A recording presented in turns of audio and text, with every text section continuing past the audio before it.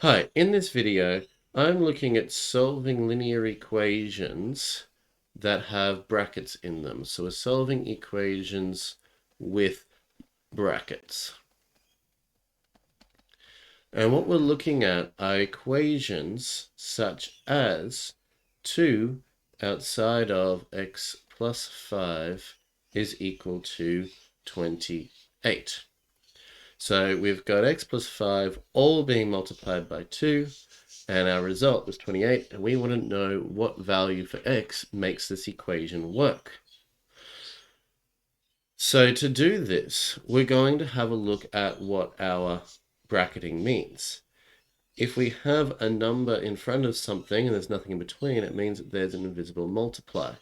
So that 2 is timesing everything that's inside this bracket. And that tells us what we're going to do. I'm going to get this 2 and I'm going to multiply it onto the x. And 2 times x means 2x. And I'm going to also multiply it onto the positive 5. Remember to take all the signs. And 2 times by positive 5 is positive 10. So on my left, I've now got 2x plus 10. I've just got to put my equal sign in, and on the right, we've got the 28 still. We haven't touched it yet. So now that I've expanded my brackets, we have a simple two-step equation to solve. I've got to cancel out this plus 10. So to cancel out a plus 10, I'm going to minus 10 from both sides to cancel out my 10s. Leaving me on the left, I've got 2x. And on my right, I've got 28 minus 10, which is 18. So on my right, we've got 18. And now I've just got to cancel out this 2 that's in front of that x, remembering that there's a multiplier by 2 there. So I've got to divide by 2. And so on my left, my 2's cancel, and I'm left just with the x. And on my right, I forgot to put in my divide by 2. 18 divided by 2 is 9. So if we go and substitute this number up there into my brackets, so I've got 9 plus 5 or multiplied by 2. Well, 9 plus 5 is 14, multiplied by 2 is 28, so it works. So let's have a look at a second one. So my second one, I've got 5 outside of 3x minus 7 equals 11. And again, whenever we see brackets and we're solving equations, the first thing we want to do is expand them. So I need to get this 5 that's multiplying these brackets, and I need to multiply it onto each thing on the inside. So I'm going to start off with 5 multiplied by 3x. Well, I multiply the numbers are 15 and x. And I've got to multiply the 5 onto the negative 7. So 5 multiplied by negative 7 is negative 35. So I've expanded my left-hand side. On my right-hand side, I still have my 11. And now I solve. I've got to cancel out this minus 35.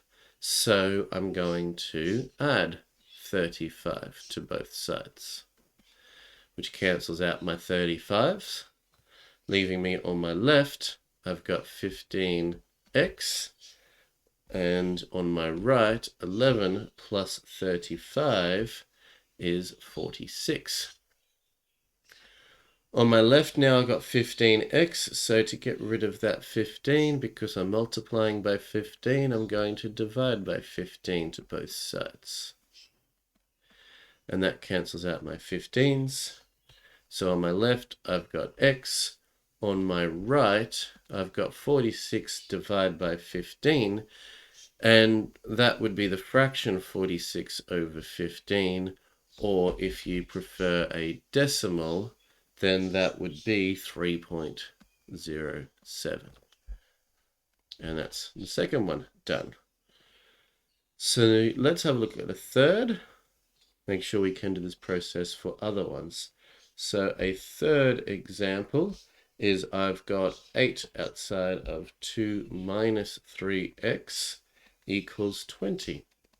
So I've swapped around the x term because it's negative this time, but the process is still the same. Okay, I want to multiply this 8 onto everything on the inside. So I'm going to have 8 times by the positive 2, gives us positive 16. And I've got the 8 being multiplied by the negative 3x. I've got to take everything on that right-hand term.